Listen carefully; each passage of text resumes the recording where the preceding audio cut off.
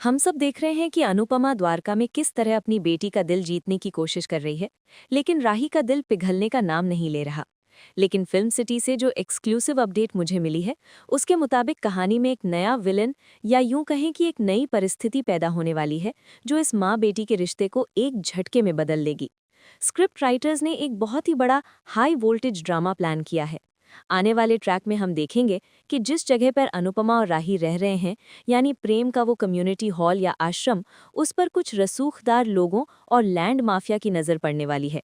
कहानी कुछ इस तरह बुनी जा रही है कि राही, जो अपने विद्रोही स्वभाव के कारण अक्सर मुसीबतों से टकरा जाती है, अनजाने में एक ऐसे जाल में फंस जाएगी जहां बात सिर्फ जमीन या घर की नहीं, बल्कि उसकी इज्जत और चरित्र पर आ जाएगी। भारतीय टीवी शोज में हमेशा से समाज का डर दिखाकर बड़े फैसले करवाए जाते हैं, और अनुपमा में भी ठीक वैसा ही होने वाला है। लेकिन इस बार तरीका बेहद खौफनाक होगा। सेट पर हुई चर्चाओं से मुझे पता चला है कि राही का झगड़ा कुछ ऐसे स्थानीय गुंडों से होगा जो उसे बदनाम करने की धमकी देंगे। स्थिति इतनी नाजुक हो जाएगी कि राही पर चोरी या उससे भी घिनौना कोई इल्जाम लगाया जाएगा। पुलिस और समाज के लोग, जो पहले से ही राही के तीखे तेवरों से वाकिफ हैं, वे उसे दोषी मानने में एक पल की भी देर नहीं लगाएंगे। जरा कल्पना कीजिए उस मंजर की। अनुपमा वहां खड़ी है, अपनी बेटी को बचाने के लिए शेरनी की तरह दहाड़ रही है, लेकिन भीड़ उसकी एक नहीं सुन रही। अनुपमा चिल्लाती रहेगी कि उसकी बेटी निर्दोष है, लेकिन समाज के ठेकेदार राही को उस शहर से बाहर निकालने या उसे जेल भेजने पर आमादा होंगे। ये वो पल होगा जब अनुपमा को अपनी लाचारी का सबसे बड़ा एहसास होगा। एक माँ के तौर पर वो टूट चुकी होगी, क्योंकि 15 साल बाद मिली बेटी को वो अपनी आंखों के सामने अपमानित होते हुए नहीं देख पाएगी। और ठीक इसी जगह पर जब अंधेरा सबसे गहरा होगा, एंट्री होगी हमारे नए हीरो प्रेम की। अब तक हमने प्रेम को सिर्फ एक मददगार लड़के, एक गाइड या एक अच्छे दोस्त के रूप में देखा है, लेकिन आने वाले एपिसोड्स में उसका किरदार कृष्णा जैसी भूमिका निभाएगा। जब राही की कलाई पकड़कर उसे घसीटने की कोशिश की जा रही होगी, जब अनुपमा के हाथ जोड़कर गिड़गिड़ाने का भी कोई असर नहीं हो रहा होगा, तब प्रेम एक ऐसा कदम उठाएगा जिसकी उम्मीद शायद खुद राजन शाही सर की क्रिएटिव टीम ने भी शुरू में नहीं की थी। लेकिन अब कहानी की मांग यही है। मेरी जानकारी के मुताबिक राही की आबरू बचाने के लिए, उसे उस कलंक से सुरक्षित करने के लिए जो समाज उस पर लगाने वाला है, प्रेम सबके सामने एक बड़ा ऐलान कर देगा। वो भीड़ के सामने चिल्लाकर कहेगा कि राही कोई लावारिस या बच्चलन लड़की नहीं, बल्कि उसका उससे एक पवित्र रिश्ता है। जी हाँ, आप सही समझ रहे हैं। मजबूरी के उस बेहद तनावपूर्ण माहौल में प्रेम राही की मांग भर सकता है या उसे अपनी पत्नी घोषित कर सकता है। ये शादी किसी पंडित मंत्र या 7 फेरों के साथ नहीं होगी। ये शादी होगी सिंदूर के उस एक निशान से, जो भारतीय समाज में एक लड़की की सबसे बड़ी ढाल मानी जाती है। प्रेम ये सब प्यार में नहीं, बल्कि राही को बचाने के लिए करेगा। उसे लगेगा कि अगर वो राही को अपना नाम दे देता है, तो कोई भी उस पर उंगली नहीं उठा पाएगा। सेट पर जब इस सीन की रिहर्सल हो रही थी, तो वहां मौजूद हर शख्स की सांसें थम गई थीं। ये इतना अचानक होगा कि ना तो राही को विरोध करने का मौका मिलेगा और न ही अनुपमा को कुछ समझने का। बस एक पल में प्रेम और राही का रिश्ता, जो अब तक केवल तकरार का था, वो पति पत्नी के रिश्ते में बदल जाएगा। अब आते हैं उस सबसे बड़े मुद्दे पर जिसे मैंने अनुपमा का नया धर्म संकट कहा है। एक पल के लिए अनुपमा की जगह खुद को रखकर महसूस कीजिए। वो माँ जिसने हमेशा चाहा था कि उसकी आध्या की शादी धूमधाम से हो, अनुज कपाड़िया साथ में खड़ा हो, ढोल नगाड़े बजें और वो अपनी बेटी का कन्यादान करे। लेकिन यहाँ क्या हुआ? उसकी बेटी की शादी एक समझौते की तरह, एक एक्सीडेंट की तरह हो गई। अनुपमा के सामने ये सबसे बड़ा धर्म संकट होगा। एक तरफ उसे प्रेम का एहसानमंद होना चाहिए कि उसने राही की जान और इज्जत बचा ली, लेकिन दूसरी तरफ एक माँ का दिल कैसे मानेगा कि उसकी बेटी की शादी बिना उसकी मर्जी और बिना प्यार के हो गई? अनुपमा को अपना अतीत याद आ जाएगा। उसे याद आएगा कि कैसे वनराज के साथ उसका रिश्ता, या फिर तोशु और किंजल की जिंदगी में आए उतार चढ़ाव ने उसे कितना दर्द दिया था। वो जानती है कि बिना प्यार की शादी का अंजाम क्या होता है। अनुपमा उस वक्त बुत बनकर खड़ी रह जाएगी। उसकी आंखों के सामने उसकी छोटी सी आध्या, जो कल तक गोद में खेलती थी, अब एक ऐसी लड़की बन गई है जिसके माथे पर मजबूरी का सिंदूर है। फिल्म सिटी में खबर है कि रूपाली गांगुली ने इस सीन में जो एक्सप्रेशंस दिए हैं, वो दर्शकों को रुला देंगे। अनुपमा अंदर ही अंदर खुद को कोसेगी। उसे लगेगा कि ये सब उसकी वजह से हुआ है। अगर वो द्वारका न आती, अगर वो राही को वापस ले जाने की जिद न करती, तो शायद राही की जिंदगी में ये तूफान न आता। अनुपमा का ये गिल्ट यानी पछतावा उसे अंदर से खा जाएगा। वो प्रेम की आंखों में देखेगी और सवाल पूछेगी बिना बोले कि ये तुमने क्या किया। प्रेम, जो खुद इस घटना से हैरान होगा, अनुपमा को समझा नहीं पाएगा कि उसने ये फैसला क्यों लिया। लेकिन कहानी यहाँ खत्म नहीं होती, बल्कि असली ड्रामा तो इसके बाद शुरू होगा।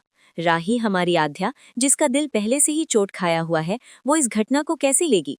सेट से लीक हुई जानकारी बताती है कि राही का गुस्सा एक ज्वालामुखी की तरह फटेगा। उसे लगेगा कि ये सब अनुपमा और प्रेम की मिली भगत है। राही के दिमाग में ये बात बैठ जाएगी कि अनुपमा ने उसे अपने पास रखने के लिए, उसे कंट्रोल करने के लिए प्रेम का सहारा लिया है।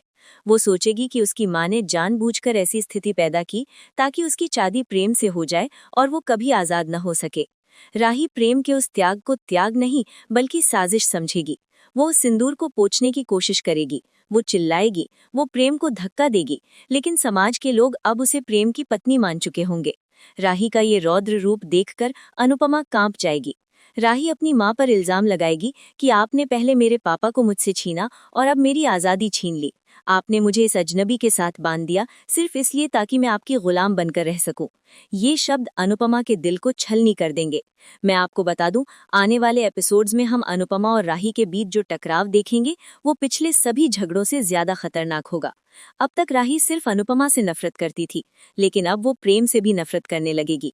वो प्रेम जो उसका दोस्त बन रहा था, अब उसकी नज़र में उसका कैदी बनाने वाला यानी जेलर बन जाएगा।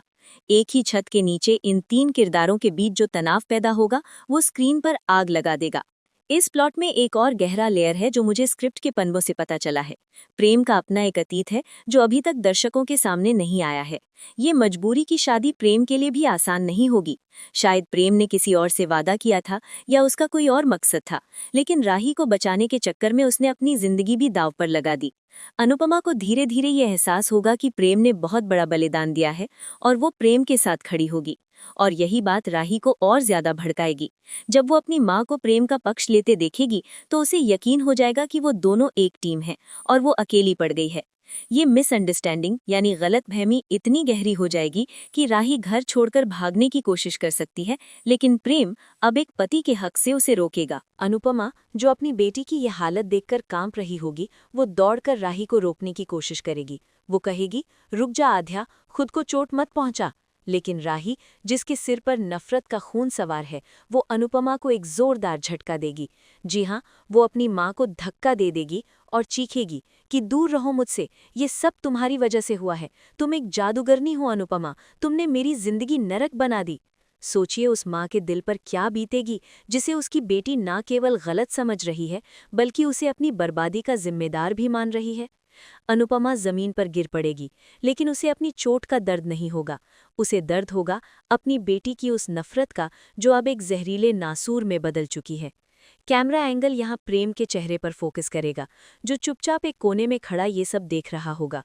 प्रेम जानता है कि अभी राही को कुछ भी समझाना दीवार पर सिर मारने जैसा है। वो एक अपराधी की तरह सिर झुकाए खड़ा रहेगा। हालांकि उसने जो किया वो राही को बचाने के लिए था, लेकिन वो जानता है कि एक लड़की की सहमति के बिना उसकी मांग भरना, चाहे वो मजबूरी ही क्यों न हो, एक ऐसा बोझ है जिसे उसे जिंदगी भर ढोना पड़ेगा। अब कहानी में अनुपमा का धर्म संकट अपने चरम पर पहुंचता है। मेकर्स ने यहाँ अनुपमा को दो तलवारों के बीच खड़ा कर दिया है। एक तरफ समाज और वो गुंडे हैं जो अभी भी बाहर घात लगाए बैठे हैं। अगर अनुपमा इस शादी को नकार देती है, अगर वो कहती है कि ये सिंदूर झूठा है, तो वो गुंडे वापस आ सकते हैं और राही को उठाकर ले जा सकते हैं, या पुलिस उसे गिरफ्तार कर सकती है। यानी राही की सुरक्षा के लिए अनुपमा को इस झूठ को, इस मजबूरी के रिश्ते को फिलहाल सच मानना ही होगा। दूसरी तरफ उसका मातृत्व है जो जानता है कि ये गलत है। अनुपमा का किरदार हमेशा से नारी सशक्तिकरण और सही फैसलों के लिए जाना जाता है, लेकिन यहाँ परिस्थितियाँ उससे उसके सिद्धांतों की बलि मांग रही हैं। मुझे प्रोडक्शन टीम के एक मेंबर ने बताया कि इस सीन में अनुपमा का एक सोलिलोकी यानी खुद से बात करने वाला सीन होगा, जहाँ वो कान्हा जी की मूर्ति के सामने रोते हुए पूछेगी कि क्यों कान्हा जी, मेरी बेटी को मुझसे दूर करने के लिए इतनी बड़ी सज़ा क्यों? पहले अनुज गया और अब मेरी बेटी की आज़ादी भी छिन गई। लेकिन दोस्तों, ड्रामा यही नहीं रुकता। फिल्म सिटी की हवाओं में एक और खबर है जो इस आग में घी डालने का काम करेगी।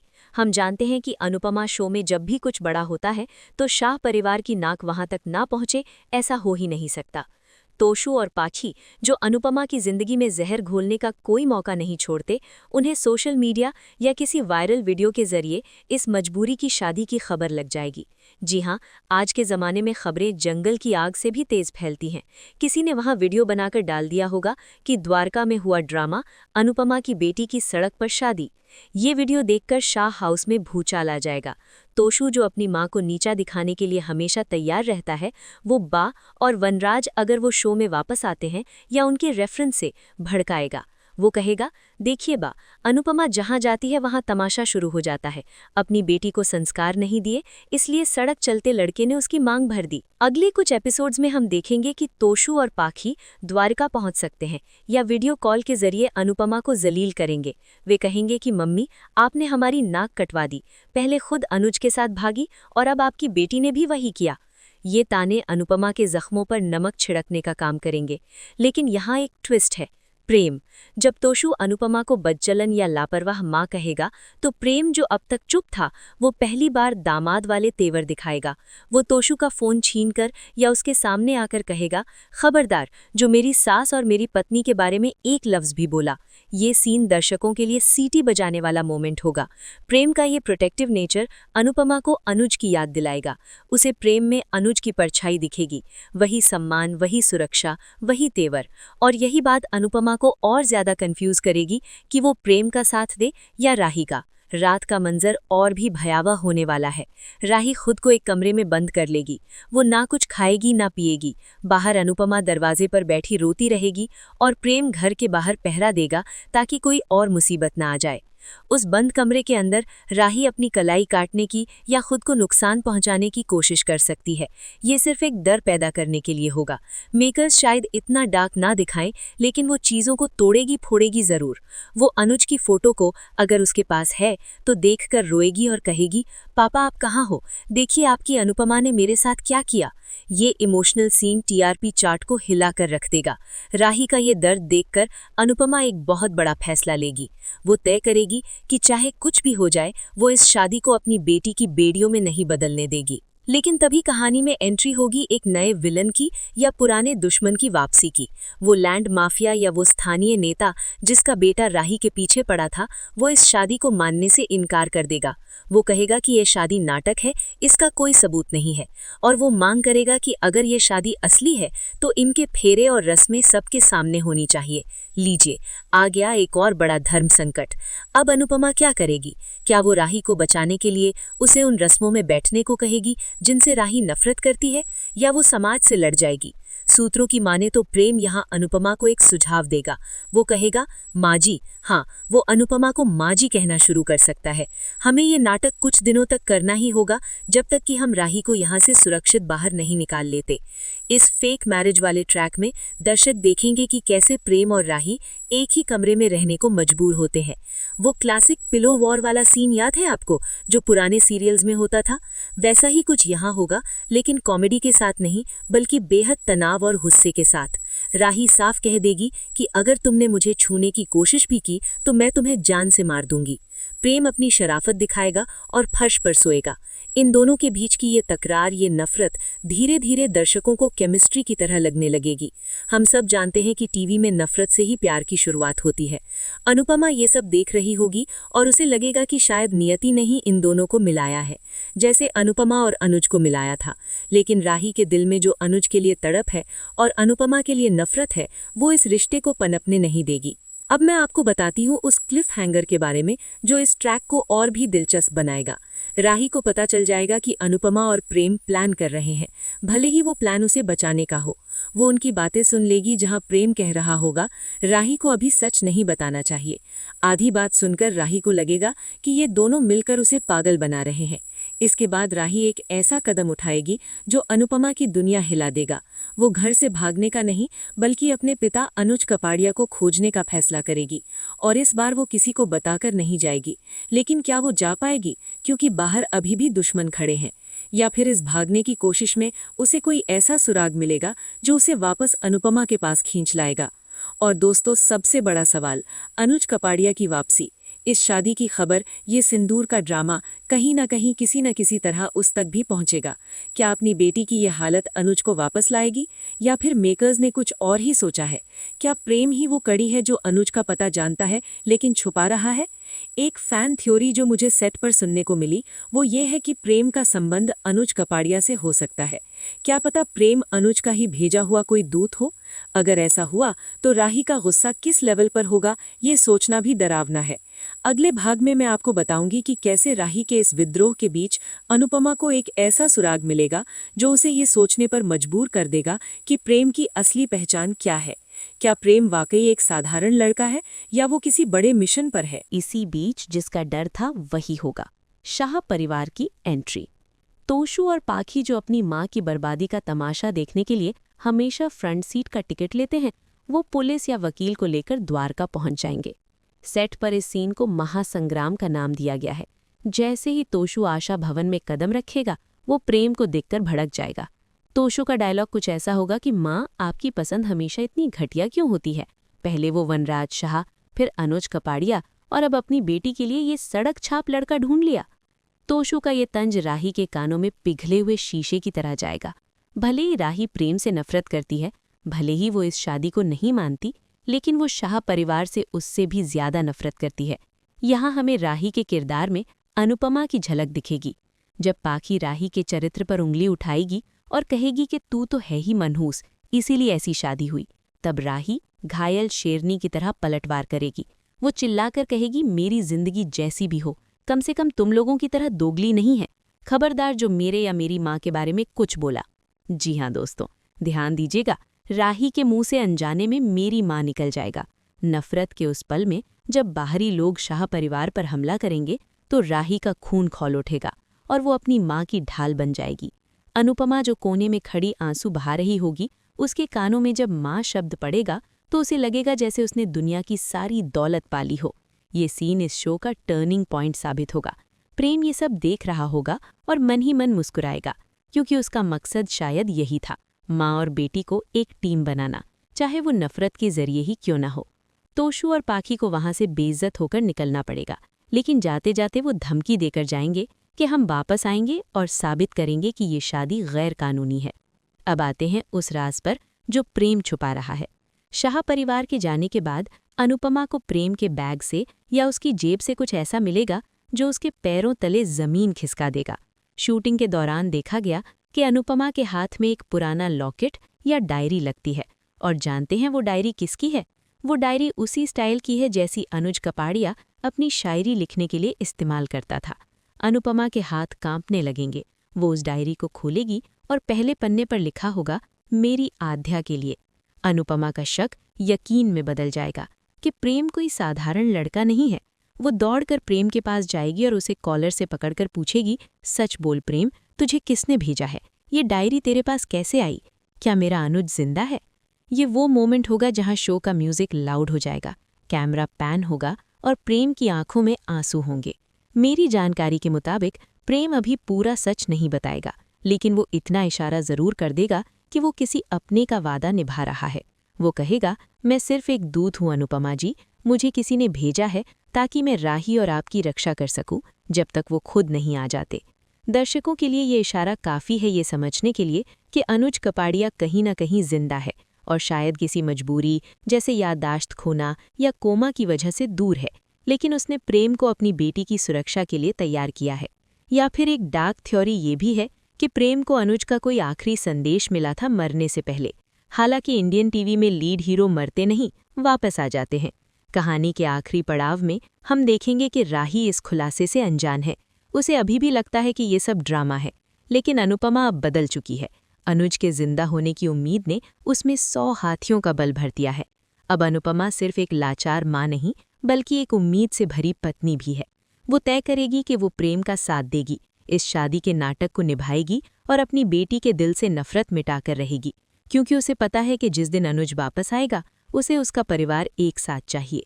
स्क्रिप्ट के अंत में एक जबरदस्त क्लिफहैंगर है। रात के अंधेरे में द्वारका के समुद्र किनारे एक साया यानी सिलुएट दिखाई देगा। एक आदमी जिसने शॉल ओढ़ रखी है, वो आशा भवन की तरफ देख रहा है। बैकग्राउंड में अनुपमा का ओरिजिनल टाइटल ट्रैक या अनुज की शायरी गूंजेगी। क्या वो अनुज है या कोई नया दुश्मन? मेकर्स ने इस राज को अभी दबा कर रखा है, लेकिन ये तय है कि प्रेम और राही की ये मजबूरी की शादी ही अनुज की वापसी का रास्ता खोलेगी। तो दोस्तों, ये था अनुपमा के आने वाले महा एपिसोड्स का पूरा कच्चा चिट्ठा सीधा फिल्म सिटी से। कहानी में अब लव, हेट और रिवेंज का ऐसा कॉकटेल बनने वाला है जो टीआरपी के सारे रिकॉर्ड तोड़ देगा। राही की नफरत, प्रेम का त्याग, अनुपमा की ममता और अनुज की परछाई, ये सब मिलकर आपको टीवी स्क्रीन से चिपके रहने पर मजबूर कर देंगे। अब आप मुझे कमेंट करके बताइए, क्या आपको लगता है कि प्रेम और राही की जोड़ी आगे चलकर मान की तरह हिट होगी? और क्या प्रेम को सच में अनुज ने भेजा है या इसका कोई और मकसद है? अपनी राय नीचे कमेंट बॉक्स में ज़रूर लिखें, क्योंकि आपकी हर एक थ्योरी में खुद पढ़ती हूँ। और हाँ, अगर आप चाहते हैं कि जैसे ही अनुज की वापसी का कन्फर्मेशन मिले मैं सबसे पहले वीडियो बनाकर आपको बताऊं, तो अभी के अभी मनीषा रिव्यू को सब्सक्राइब कर लें और बेल आइकन दबाना ना भूलें। टीवी की दुनिया की हर अंदरूनी खबर सबसे पहले, सबसे सटीक, सिर्फ यहाँ। मैं हूँ मनीषा, मिलती हूँ आपसे अगले धमाकेदार वीडियो में। तब तक के लिए देखते रहिए और मज़े लेते रहिए।